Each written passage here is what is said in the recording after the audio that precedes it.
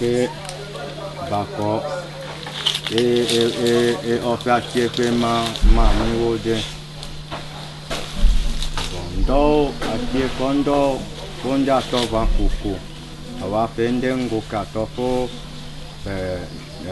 ngulie tie que e balutene bon tie que apele que ya si ase makaka ne tie be bo makaka wo te pe que te loko no wa to pati ni jona bele no ko pe ngai ba si ave apuya pe que o tema biongo e peke wa loa ne bise e batuku ava fendengo catofo ngulie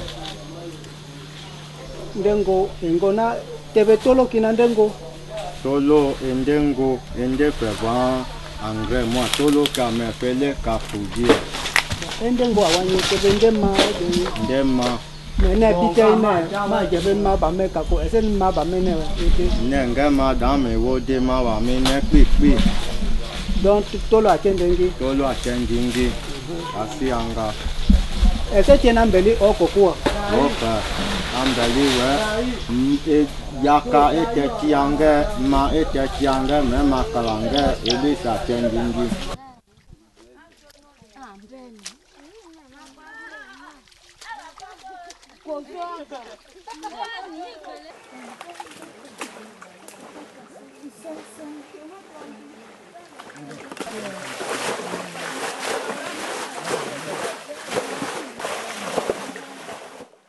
wo so yu aye nguma awanye o bewe nguma ke a me pe yi joko nguma etiki awo so abele abaka parce wo se baka e be nguma de e mula joko ode wo se baka ete ngulite nguma musa muto ba pe maba me wo se baka nge e anguma se tungwa ke ve go ke nge wa bene te mabi se te yaka amele sitini awabe ambete anjo eke bo adu ete oku e akatinga wi e moja mama ma bengi be mundu kweli ba bide jo akati e ogi ale akono mo aye ma dote sine ma gafe ma woto te aglie o gongi ajite si ajoji kenengo wa pe eko mole e alie eko ngbala o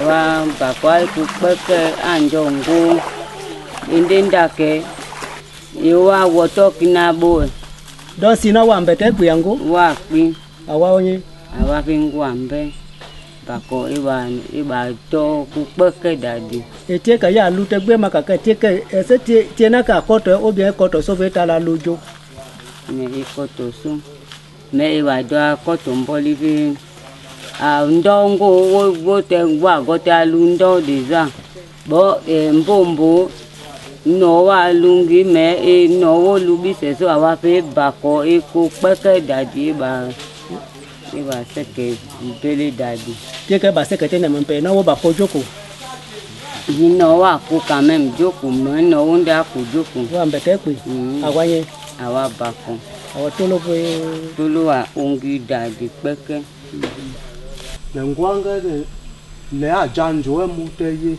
na be mu kete kati e ka mengita o ngai boko ini fe ijosi aka le bule ngo njo koko le ape polo bi akosa e ke tolo ado ache ita mama e ke venga bo yaka ko bobo sokoma ko bobo pitima ko bobo bako ko bobo e ke nda ko ngama na fe ikene ya pe isave bo makaka tolo tati ni change bo ni kina memu mbu wote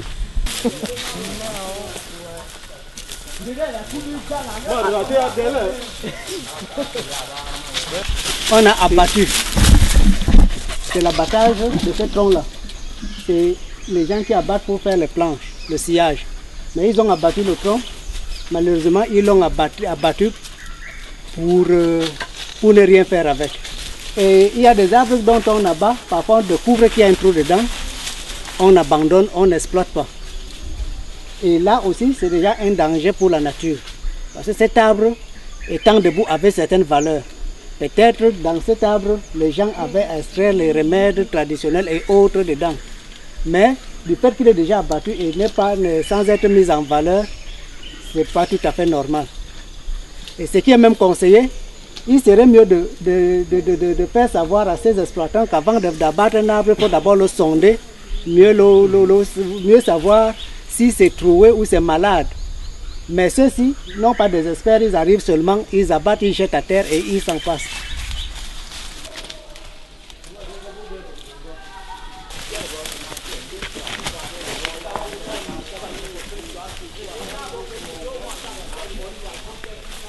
Et c'est le padouk, un bois très estimé pour nous, ça traite beaucoup de choses.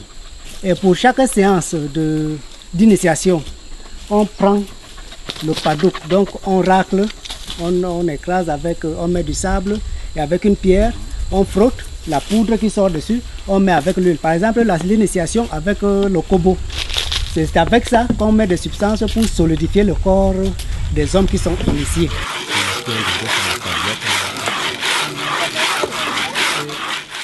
Mais actuellement, c'est en voie de disparition parce que c'est tellement exploité.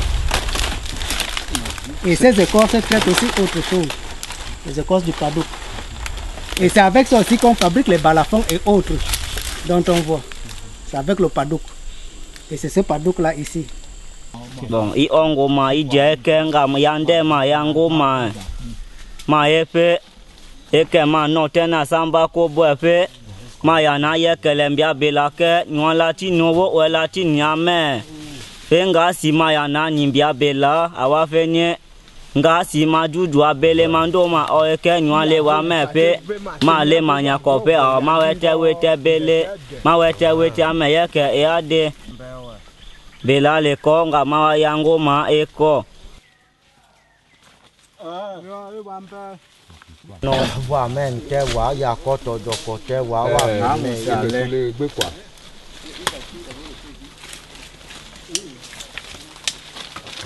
Ba mama ni la ni ya e wende bela de bota to njanga bela wa go ba bela ka kubo nga me ya me no ya ni ka pura lo mo ani ko Il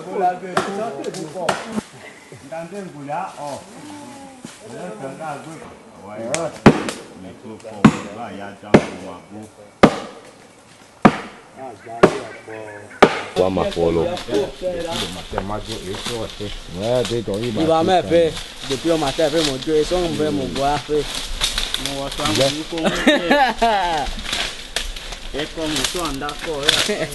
Nganga nde wa jojo fa ngayo. wa mama do tempo Wa kulmete na pendia le mama we go pe bebete. koma ko pe wa me ke ni do de ya wa ba O ke la engengi. Ya pendi to wa pe. Ça veut dire que cette forêt n'a pas de plan de gestion? Il y a un plan de gestion communautaire, mais ce plan n'est pas tout à fait suivi, n'est pas respecté. Et avant que la forêt communautaire soit prise en charge par les communautés, c'est d'abord les exploitants illégaux qui venaient scier, ils arrivaient, ils te tendent 5 000 francs pour un pied d'arbre. Ils l'exploitent et les enfants du village font le débardage des pièces au village. Et ce qui coûtait très moins cher. Après, la forêt communautaire a eu effet. Maintenant, ils essaient quand même de suivre certaines règles. Parce que derrière, il y a la pression de l'État. Et à chaque fois, il y a un contrôle. Même lorsqu'on parle de la préservation, c'est parce que tout finit déjà. Chez les Baka, avec la manière dont on chasse avec les lances et avec les chiens, on ne tuait pas beaucoup de gibier. Ce ne sont plus seulement les Baka qui chassent en forêt, même les Bantous.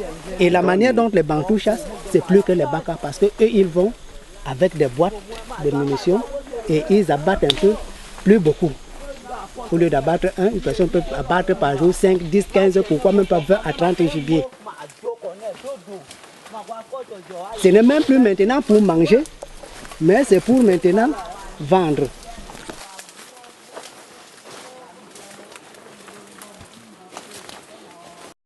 bon, ça pourra nous améliorer un peu de faire quelque chose autour de la maison. Mais cela n'empêche, selon la coutume, que le Baka découvre la forêt. C'est un aspect très très positif pour l'homme Baka. Parce que perdre la forêt, c'est perdre son identité.